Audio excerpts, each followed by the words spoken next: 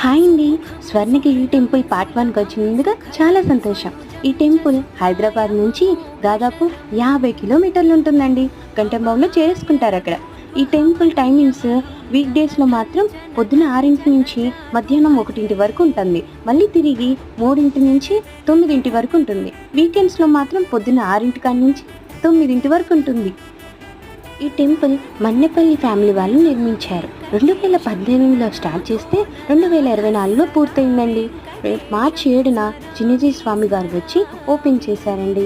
చూడండి టెంపుల్ ఎంత బాగుందో చూడడానికి. మనం మెట్ల ద్వారంగా వస్తుంటే దశావతారాలు దర్శనమిస్తాయి.